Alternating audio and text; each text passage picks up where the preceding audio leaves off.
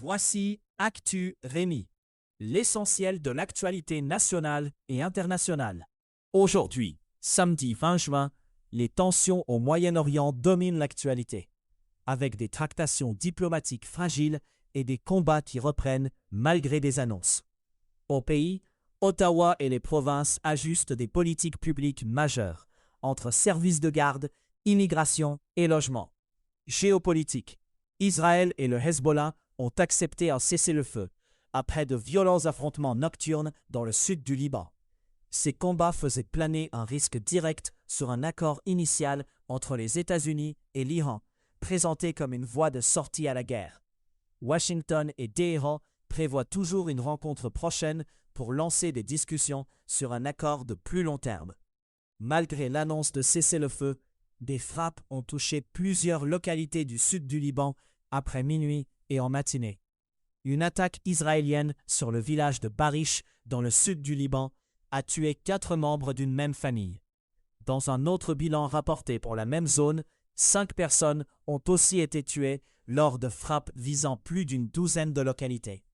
Sur le plan politique, le Hezbollah a qualifié l'entente américano-iranienne de grande victoire.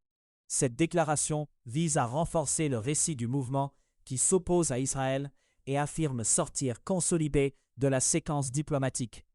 La question reste ouverte sur ce que le Hezbollah a concrètement obtenu, au-delà de l'effet d'annonce et du rapport de force symbolique. Les pourparlers États-Unis-Iran, qui devaient se tenir en Suisse, ont été annulés. Cette annulation entretient l'incertitude sur le calendrier et sur le format des échanges attendus entre les deux pays. L'émissaire américain Steve Witkoff était annoncé en route vers la Suisse, alors que le démarrage, prévu un vendredi, demeurait incertain.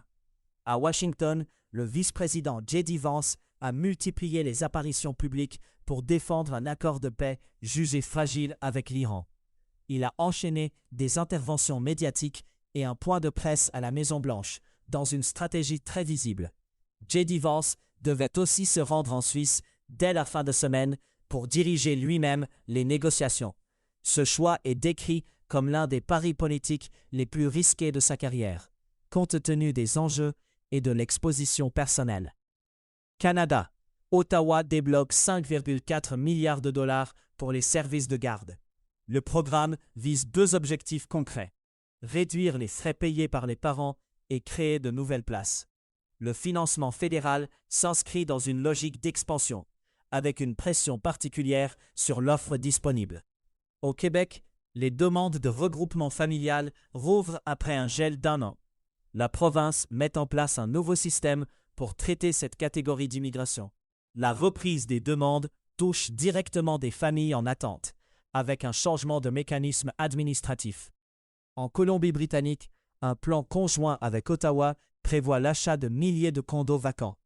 L'objectif affiché est de transformer ces unités en logements abordables, en réponse à la pression sur l'habitation. Des critiques dénoncent un renflouement d'un secteur des copropriétés en difficulté et ciblent les promoteurs. Le débat porte sur l'usage de fonds publics au moment où des tours de grande hauteur restent inoccupés. Au Manitoba, la Cour provinciale se dote d'un poste inédit. Une juge devient la première juge en chef, adjointe à la réconciliation. La magistrate doit aider le tribunal à tracer une nouvelle voie, avec un mandat centré sur la réconciliation. Le rôle est présenté comme une première du genre au Canada, au sein d'un appareil judiciaire provincial. Science. À bord de la Station spatiale internationale, la méfiance entre la Russie et les États-Unis s'est traduite par un incident opérationnel. La NASA a ordonné à ses astronautes de se mettre à l'abri dans une capsule par mesure de sécurité.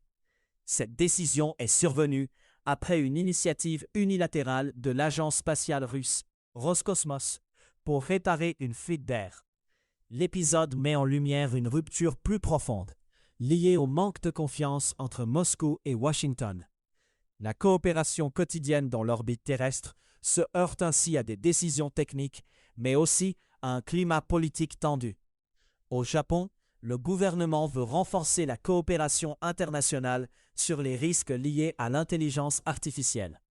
Une révision du plan de base sur l'intelligence artificielle souligne la montée des cyberattaques qui exploitent l'IA.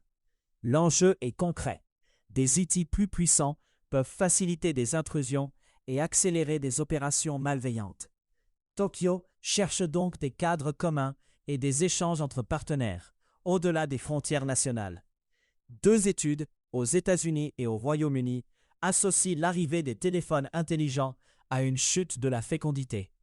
Les travaux avancent des mécanismes précis, dont l'accès facilité à la pornographie. Les auteurs évoquent aussi l'attrait des réseaux sociaux comme facteur possible de changement de comportement. L'ensemble relance un débat sur l'effet des usages numériques quand la démographie ralentit dans plusieurs pays riches. Climat. L'Australie a confirmé un premier cas de grippe aviaire H5N1 sur le continent, détecté en Australie occidentale. Un oiseau marin migrateur a testé positif et des tests laissent penser qu'un deuxième oiseau a aussi été infecté. Le Premier ministre Anthony Albanese a jugé la situation préoccupante, tout en indiquant qu'il n'y a pas de preuve d'impact sur l'aviculture. En Europe occidentale, une vague de chaleur intense continue de s'étendre et les températures doivent encore grimper. Les autorités multiplient les avertissements et se préparent à un épisode prolongé de chaleur extrême. En France, des centaines d'écoles ont dû modifier leurs horaires pour s'adapter aux conditions. Monde. À Accra, au Ghana, des dirigeants et responsables ont adopté un cadre mondial pour la justice réparatrice. La stratégie s'articule autour d'une feuille de route en 18 points, avec une approche qui dépasse la seule question financière. Le plan vise une compensation équitable pour les personnes et communautés affectées par l'héritage de l'esclavage. Il inclut aussi des mesures liées au fardeau de dette, avec l'idée d'agir sur des contraintes économiques durables. Des pays d'Afrique et des Caraïbes demandent une excuse officielle pour la traite transatlantique. Ils réclament aussi un allègement de dette et une compensation financière, ciblant les pays qui ont bénéficié de ce commerce. Cuba a adopté de vastes réformes pro-marché, présentées comme le plus grand virage économique depuis la révolution cubaine. Cette refonte touche l'économie communiste de l'île et vise une transformation en profondeur des règles du jeu. L'ancien président Raúl Castro, son petit-fils, a affirmé que Cuba doit faire avancer son économie. L'annonce ouvre une phase d'incertitude sur la mise en œuvre, mais marque un changement politique de grande portée. En Bolivie, le président Rodrigo Paz a décrété l'état d'urgence face à des blocages anti-gouvernementaux. La mesure élargit les pouvoirs pour déployer l'armée et dégager les routes. Les blocages durent depuis près de 2 mois et ont paralysé l'économie. Ils alimentent aussi des demandes de démission du président, dans un climat de confrontation prolongée.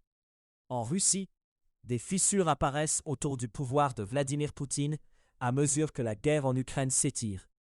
Le président fait face à des contestations au sein d'une partie des élites, dans un contexte de durcissement autoritaire.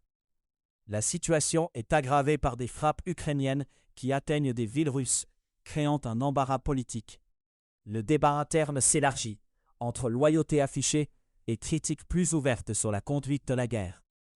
Économie.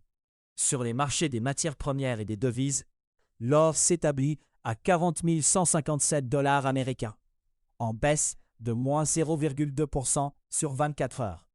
L'argent se négocie à 65 $ américains, en baisse de moins 0,4% sur la même période. Le Bitcoin évolue à 63 466, en hausse. Le dollar canadien s'échange à 0,62 $ américains. Le groupe alimentaire mexicain Bimbo étend son recours à l'agriculture régénératrice sur plus de 500 000 hectares. L'entreprise avance dans un contexte où de nombreuses terres agricoles suivent plutôt une trajectoire de dégradation. Bimbo relie cet effort à une ambition de chaîne d'approvisionnement plus durable, à long terme. L'objectif annoncé est d'atteindre 100% d'approvisionnement durable d'ici 2050. La démarche vise l'origine des ingrédients, avec un changement de pratiques agricoles à grande échelle. Le cap franchi, celui du demi-million d'hectares, sert de jalon mesurable dans la stratégie de l'entreprise. À savoir aujourd'hui, 20 juin 1789. En France, les députés du tiers-État prêtent le serment du jeu de paume, acte majeur au début de la Révolution française. 20 juin 1991. Le Bundestag choisit Berlin comme future capitale de l'Allemagne réunifiée. C'était Actu Rémi. Visitez acturemi.news.